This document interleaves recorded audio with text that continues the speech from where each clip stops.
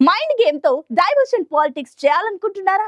అభివృద్ధి మంత్రంతో అపోజిషన్ పార్టీని వీక్ చేయాలని అధికార పార్టీ స్కెచ్ వేసిందా? ఇంతకీ ఏదా జిల్లా, ఎలాంటి మంత్రం వేయబోతుంది అక్కడ అధికార పార్టీ?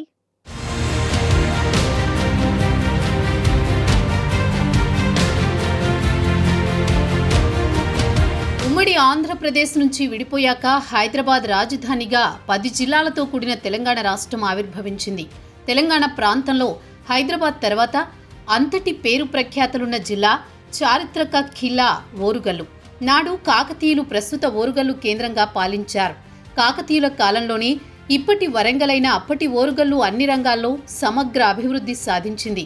అనంతరం నిజాం కాలంలోనే అక్కడ ఎయిర్పోర్ట్ సహా అన్ని రంగాలు, విద్య, వైద్యం, ఉపాధి రంగాలతో పాటు నీళ్లు, రోడ్లు, దేవాలయాలు ఇలా అన్ని రంగాల్లో ముందుంది.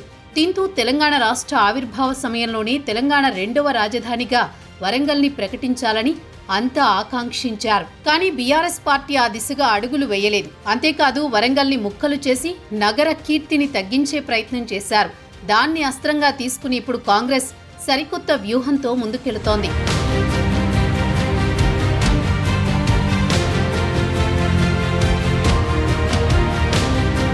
బీఆర్ఎస్ పార్టీ 2 సార్లు అధికారంలోకి రావడానికి ఉమ్మడి వరంగల్ జిల్లా అండగా నిలిచింది. ఖమ్మం, నల్గొండ జిల్లాలో అప్పుడు ఇప్పుడు బీఆర్ఎస్కి పెద్దగా పట్టులేదు. పార్టీకి గట్టి పట్టున్న వరంగల్ జిల్లాని బీఆర్ఎస్ నిర్లక్ష్యం చేస్తుంది. అందుకే వరంగల్ని అన్ని విధాల అభివృద్ధి చేసి రెండో రాజధాని నగరంగా తీర్చిదిద్ది బీఆర్ఎస్ని చావుదెబ్బ కొట్టి వచ్చే ఎన్నికల్లో లబ్ధి పొందాలని చూస్తోంది కాంగ్రెస్ పార్టీ. మాటలు చెప్పినంత ఈజీ కాదు అది. అందుకే అంత పెద్ద టాస్క్ ని కాంగ్రెస్ ఎలా హ్యాండిల్ చేయబోతోందనేది ఇప్పుడు హాట్ టాపిక్ గా మారింది.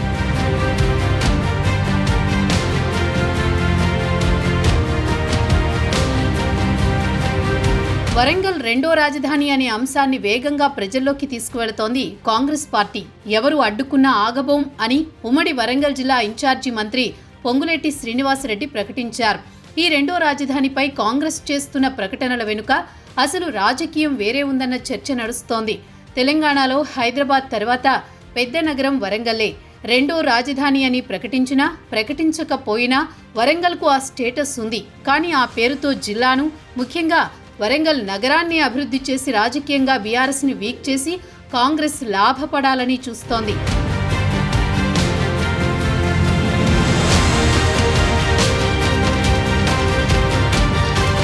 వరంగల్లో బీఆర్ఎస్ని దెబ్బ కొడితే ఆ పార్టీ రాష్ట్రంలో మళ్లీ అధికారంలోకి రావడం కష్టం. సో ఇదే పాయింట్తో ఓరుగల్లు గడ్డపై కారు పార్టీని షెడ్కి పంపే వ్యూహంతో ఉంది కాంగ్రెస్. అధికారంలో ఉన్న 10 ఏళ్లు వరంగల్ నగరాన్ని బీఆర్ఎస్ నిర్లక్ష్యం చేసింది. నిధులు ఇవ్వకుండా చిన్నచూపు చూసిందనే అసంతృప్తి ప్రజల్లో ఉంది. సిద్దిపేటను అభివృద్ధి చేసి హైదరాబాద్ యూటీ అయితే రాజధానిగా వరంగల్ని కాకుండా సిద్దిపేటను చేయాలని కుట్ర చేశారనే ప్రచారాన్ని ఎన్నికల సమయంలో ప్రజల్లోకి బలంగా తీసుకువెళ్లడంతో కాంగ్రెస్ పార్టీ సక్సెస్ అయ్యింది. ఇప్పుడు మరోసారి అలాంటి అస్త్రంతోనే బీఆర్ఎస్ పార్టీని దెబ్బ కొట్టాలని చూస్తోంది.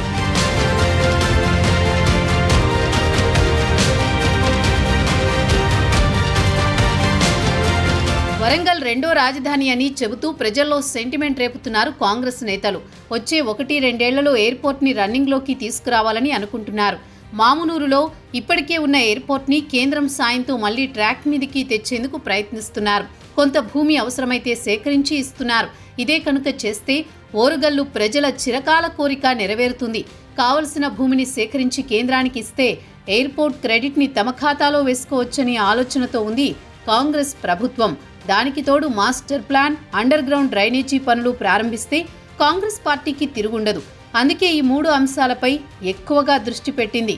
ఈ 3 అంశాల్ని మొదటి ప్రాధాన్యంగా తీసుకుని పనులు చేస్తూనే రాజకీయ అస్త్రంగా మలుచుకోవాలనుకుంటోంది కాంగ్రెస్ సర్కార్.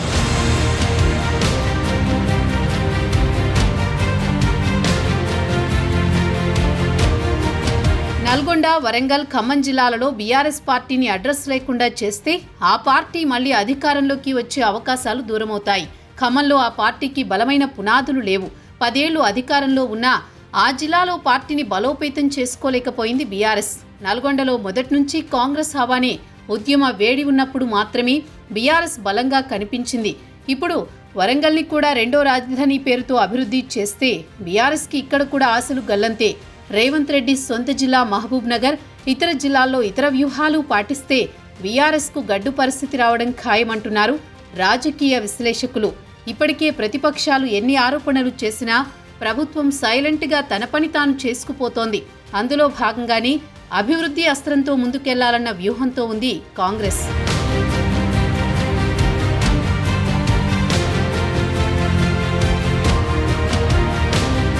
వరంగల్ కార్పొరేషన్ ఎన్నికల నాటికి ఎయిర్పోర్ట్ను ప్రారంభించాలనే వ్యూహంతో ముందుకెళ్తోంది కాంగ్రెస్ ప్రభుత్వం.